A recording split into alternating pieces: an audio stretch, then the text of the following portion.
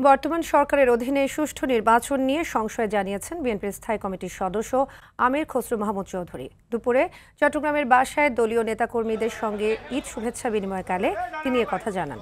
তার মতে বেশিরভাগ রাজনৈতিক দল আগামী ডিসেম্বরে চাইলেও নির্বাচন এপ্রিলে নেয়ার পায়তারা চলছে। এটা গণতান্ত্রিক পরিবেশের জন্য গভীর সংকট তৈরি করবে বলে মনে করেন আমির খসরু।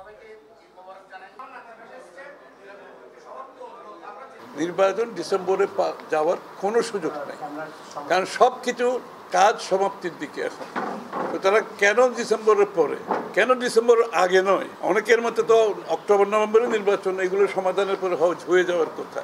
সুতরাং কেন ডিসেম্বরের পরে? এই প্রশ্নটা সকলের মনে জেগেছে। কার স্বার্থে ডিসেম্বরের পরে? কোন গোষ্ঠীর স্বার্থে?